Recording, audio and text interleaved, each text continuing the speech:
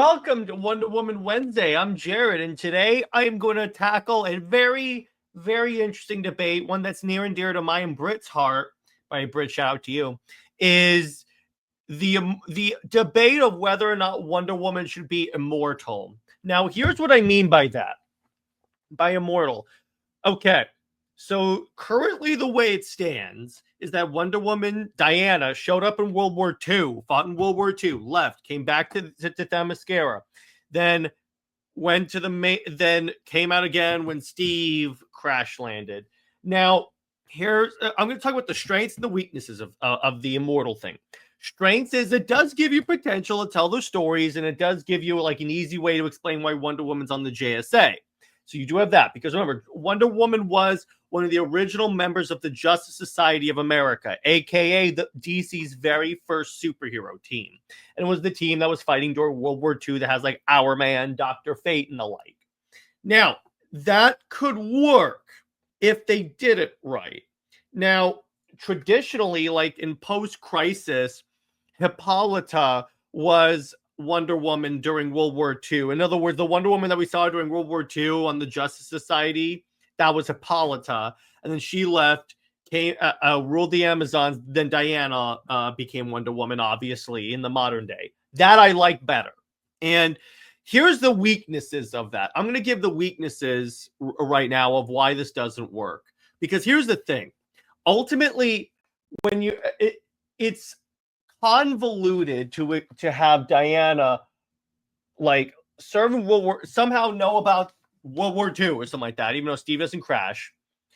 Then because then you can't have the excuse that like Steve exposed her to Man's World, because guess what? She already knew what Man's World was like, so that shoots down that argument, even though there are many reasons why Steve Trevor is a crappy love interest for Wonder Woman. But then you add on to the fact, the issue with that is then it's like, so she came back and then went back to Man's World. It takes away the uniqueness of her finally leaving the island and going out to work to save Man's World.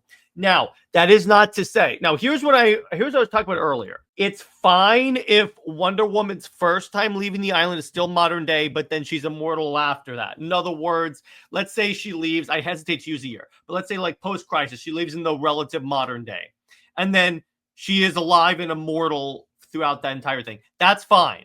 But it's like she leaves the island and shows up in Man's World, and I believe Perez was like 19 or 20. That's fine. Leave it like that, and then have her age or not age, if you will. Or do what Kingdom Come did, where she aged, but it's like she aged into like thousands of years. That's fine.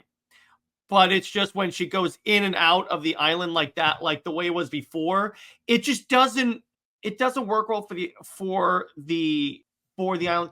Plus, it makes putting her in relationships with anyone from the modern day, male or female, extremely problematic. And I don't think DC has thought this through, because it's like she's thousands of years old. If you want her with Kara, that doesn't work. If you want her with Clark, per se, that doesn't work. If you want her with Steve, doesn't work. It basically shuts down any relationship she's had.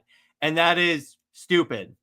It's one of those things of Wonder Woman that they could easily retcon out. Like, here's how they could retcon it out. You could have there's a museum dedicated to Wonder Woman, and she is walking through the different exhibits, and then she sees like a statue of like the Golden Age Wonder Woman and like World War II and the Justice Society. Then she says, they get my mother and I confused all the time. There you go. That's all you got to say. You don't have to do some weird crisis thing.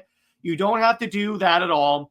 All you do is just have that one line of dialogue, and guess what? For the most part, it's done.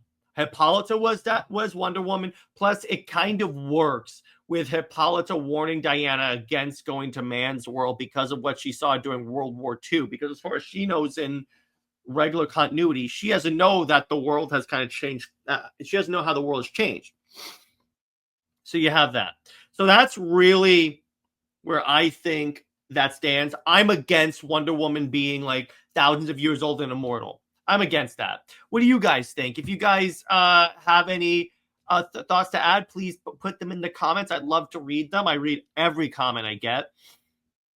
And Yeah, what do you think? Should Wonder Woman be immortal? Should she not? How would you handle her immortality? And be sure to become a member, because if you become a member, you get these a day early and you get access to all of my members only content. And that is what we're going to do today. So Steve Trevor, Steve Never, he belongs 6 feet in the ground. I will see you later. Bye-bye.